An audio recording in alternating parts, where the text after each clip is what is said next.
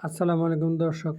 কিশোরগঞ্জের ভৈরবে আন্তর্জাতিক কৃষ্ণ ভাবনামৃত সংঘ ইসকন পরিচালিত একটি উপাসনালয়ে হামলা ও ভাঙচুরের ঘটনায় মামলা হয়েছে।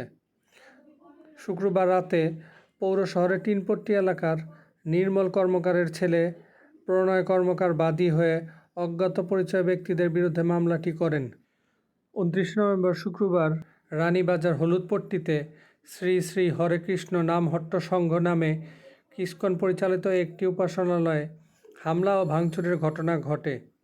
শনিবার সকালে কিশোরগঞ্জের police super SP Mohammad Hasan Chowdhury ও জেলা প্রশাসক ফৌজিয়া খান ভৈরবে এসে ঘটনাস্থল পরিদর্শন করেন। এ ঘটনায় শনিবার বিকাল পর্যন্ত নিষিদ্ধ ঘোষিত ছাত্রলীগের 3 নেতাকে গ্রেফতার করেছে পুলিশ।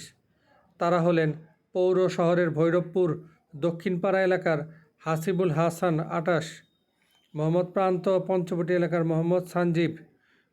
তাদের মধ্যে হাসিবুল পৌর ছাত্রলীগের যুগ্ম সাধারণ সম্পাদক, সঞ্জীব পাঠাগার বিষয়ক সম্পাদক এবং প্রান্ত উপজেলা ছাত্রলীগের যুগ্ম সাধারণ সম্পাদক। সাথে থাকার জন্য ধন্যবাদ দর্শক। আসসালামু আলাইকুম।